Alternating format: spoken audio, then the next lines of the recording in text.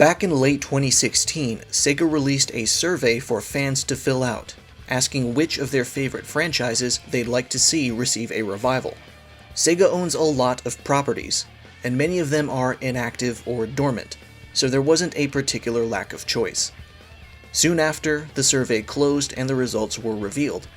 When Sega asked which franchise players most hoped for a revival, the top 5 in the standings were as follows: Sakura Wars with 2,457 votes, Jet Set Radio with 1,485 votes, Virtual On with 729 votes, Shenmue with 727 votes, and Virtua Fighter with 581 votes.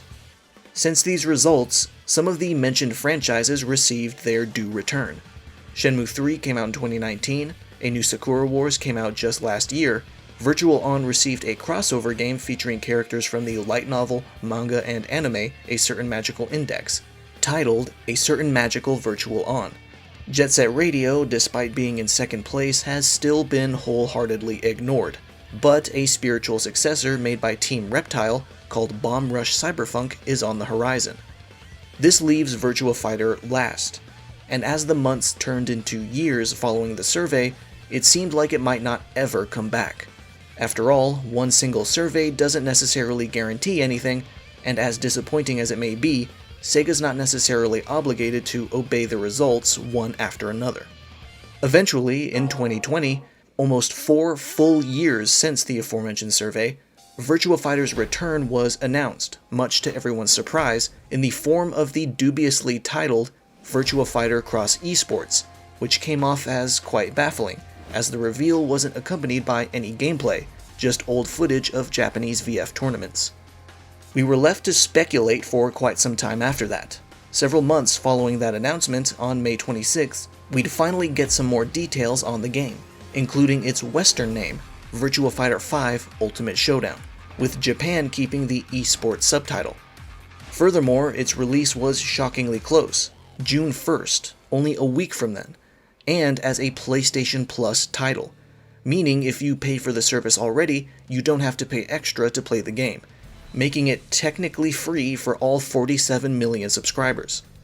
Ultimate Showdown is a remake of Final Showdown, which launched on consoles worldwide back in 2012. The vanilla version of 5, by the way, released way back in 2006. This new iteration was made by Ryuga Kotoku Studio, known for the Yakuza series, with assistance from Sega AM2 members, and built on the former's very own Dragon engine, the same engine that powered every Yakuza title since 6, including the spin-off game Judgment and its upcoming sequel. To people who are already big fans of the Yakuza series, this probably doesn't come as a surprise, because one of the best things about those games is its approach to side content, and one of the more noteworthy pieces of side content is arcades, which feature playable, real-life Sega games you would see in real arcades.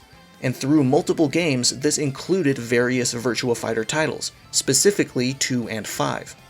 This was also a fairly infamous feature because ever since the release of Yakuza 6, it was the only way to play Virtua Fighter 5 on a PlayStation 4.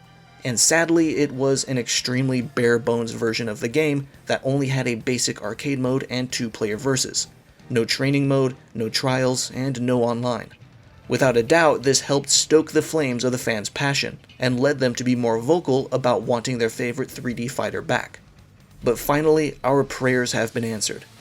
Ultimate Showdown is here, though admittedly exclusive to the PlayStation 4, at least for the moment, and probably as a cog in Sony's plan to be more active in the fighting game sphere, considering their acquisition of EVO. But without any more stalling, let's discuss the game and finally dive into the review. When you first boot up Virtua Fighter 5 Ultimate Showdown, you're greeted by a brand new opening cutscene introducing each member of the roster one by one, all 19 of them. When you hit the main menu, you're greeted by a very clean-looking selection of gameplay modes, including Ranked Match and Room Match at the top in big boxes, and Practice, Arcade, and Offline Versus at the bottom. As of right now, the Tournament section is currently inaccessible. However, when in a room match, the host is able to decide whether said room will function as either a normal lobby, a single elimination tournament, a double elimination tournament, or a league match. One of the coolest things about the main menu, however, is the fact that on the right side of the screen, you can see random, recently completed online matches between two players, and you have the option to hit L1 to make it full screen in case you want to focus on it. Just from this menu, it's as clear as day that Sega wants to underline the competitive focus of the game as much as possible. There's also an option to visit the leaderboards, which is sorted by region. Clearly, Sega wanted to highlight that this is a game that's meant to be played online, or at least with someone else in general. This player versus player focus does beg the question of how the offline content fares. We can see the arcade mode in the corner, but how robust is it exactly? Sadly, the answer is not very. It's just 7 matches with 6 random other characters, then the 7th match is always Akira, and then there's a bonus match with Dural, which you cannot reattempt if you lose, followed by a credit roll at the end. You can customize the experience to a degree by changing the difficulty, number of rounds, the amount of health you and your opponent have, and the time limit for each round. That's pretty much it. Beyond that, your only other options for offline fun are 2-player versus, which doesn't allow you to fight a CPU, or just labbing it up in training mode by doing either the tutorial, command training, or free training. So yeah, it goes without saying the offline content is pretty paltry. Previous VF titles, namely 4 and the vanilla version of 5, had a thing called Quest Mode, where the player would make a name for themselves by dominating various arcades and unlocking goodies to customize your fighters with along the way. This mode was sadly absent in Final Showdown and is, in turn, absent in Ultimate Showdown as well. Normally, I would be heavily critical of the fact that the game lacks single-player content, because I'm a staunch believer in the idea that it is specifically what keeps a fighting game appealing to a more casual audience, alongside graphics.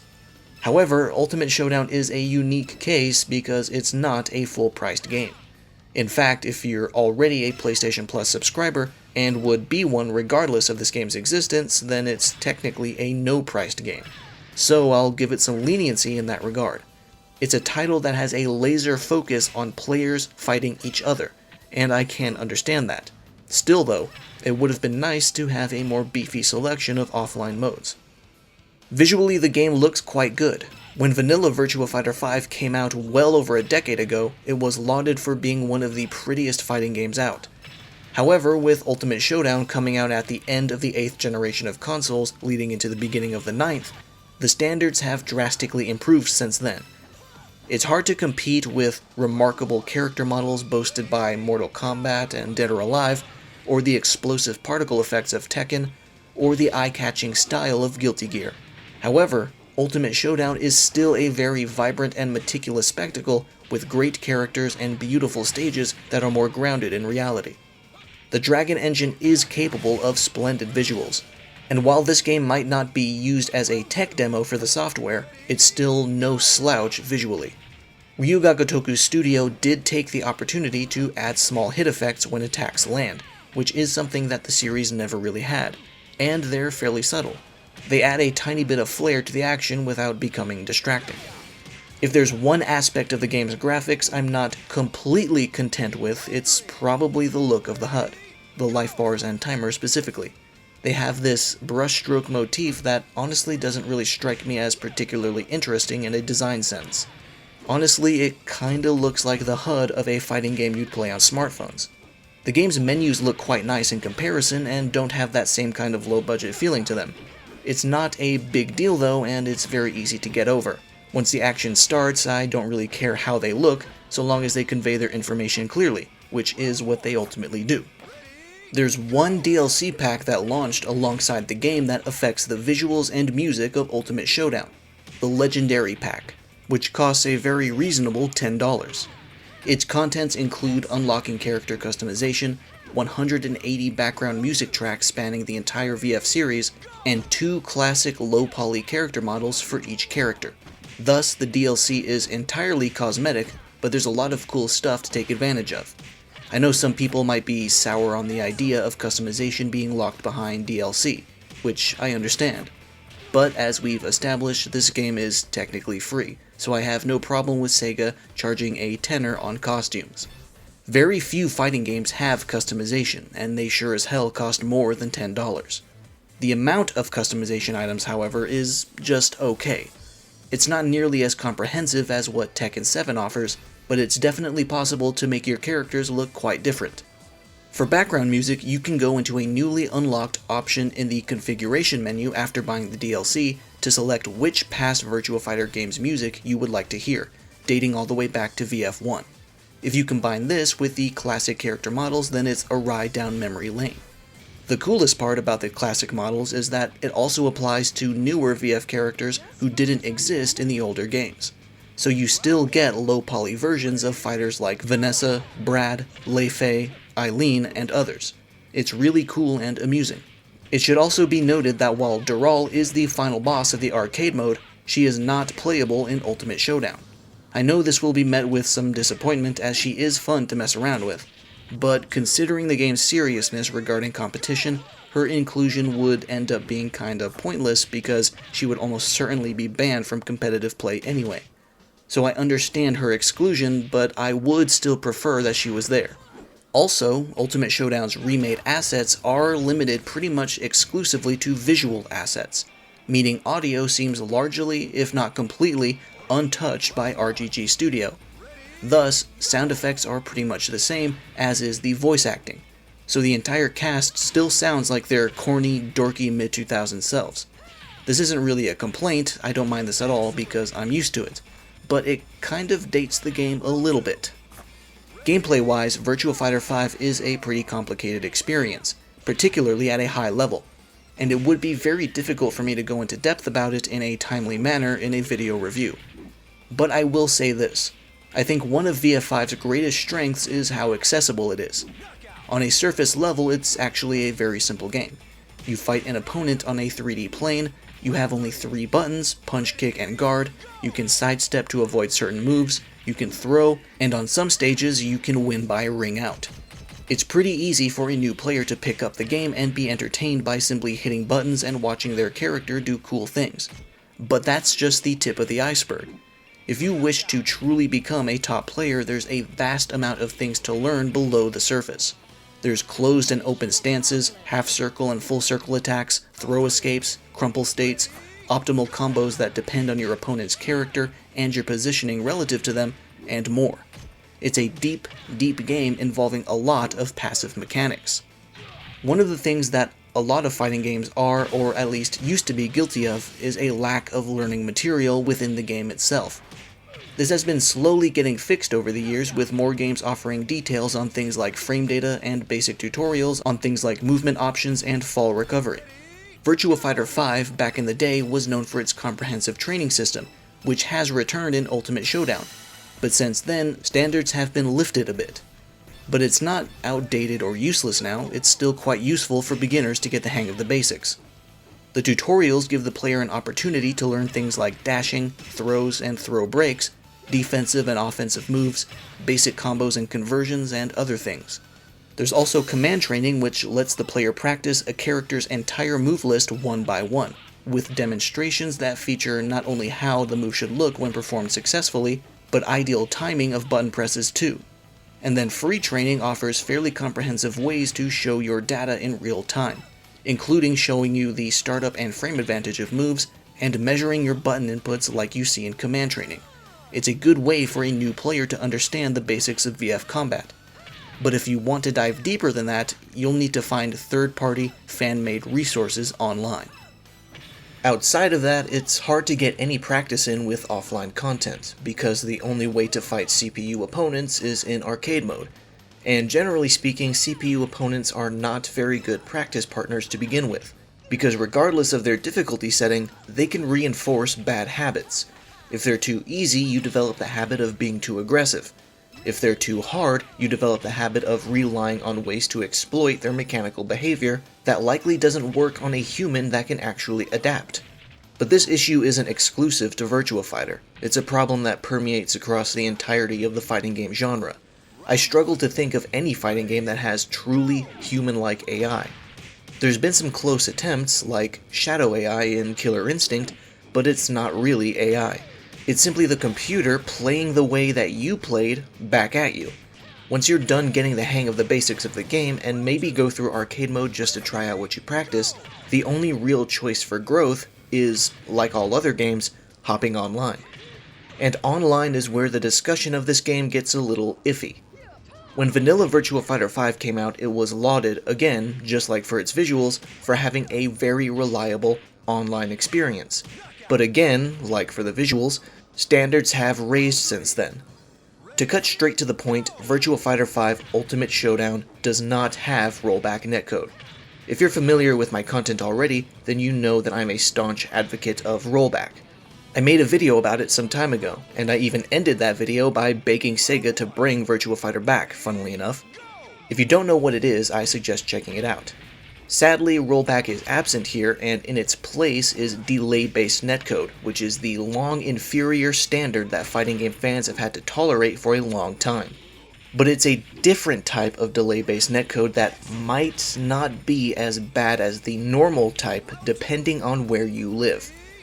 I'll try to explain as best as I can, but it's still not necessarily 100% clear as to how it's set up. The game utilizes Google servers to act as relays, midway points between two players to cut down on response time. Theoretically, these relays absorb, according to Sega, some of the delay because you're not always connected directly to your opponent in a peer-to-peer connection. Oftentimes you're connected to the relay, and thus sending and receiving inputs from it on behalf of the other player, which should allow for a faster connection, because information isn't traveling as far. This is a unique setup that, as far as I know, hasn't been attempted by a fighting game before, and it does seem to function quite well, but only for people in a region with multiple relays. If you're not in an area with relays, you unfortunately might have an online experience even worse than normal delay-based netcode, so the trade-off here is huge. I was only able to play a few matches with a friend because my own home internet situation is very weird at the moment and sadly nowhere near optimal for fighting games. It's a long story. But we gave it a shot anyway just to see what it was like, and despite my bad connection, it was sometimes functional. Occasionally it was fine, other times it felt like we were underwater, but it was better than expected. However, we are both Americans, and we have several potential Google relays to connect to. If we both lived in, I don't know, anywhere in the southern hemisphere, it would be utterly unplayable. I've already seen strong complaints from people in South America, Africa, Australia, and even suburban Canada. I can appreciate Sega trying something new. This is an interesting experiment to say the least, but at the end of the day, properly functioning rollback is simply superior, and I think that if they want to cultivate an active online community ripe for esports ventures, then RGG Studio needs to learn how to implement it.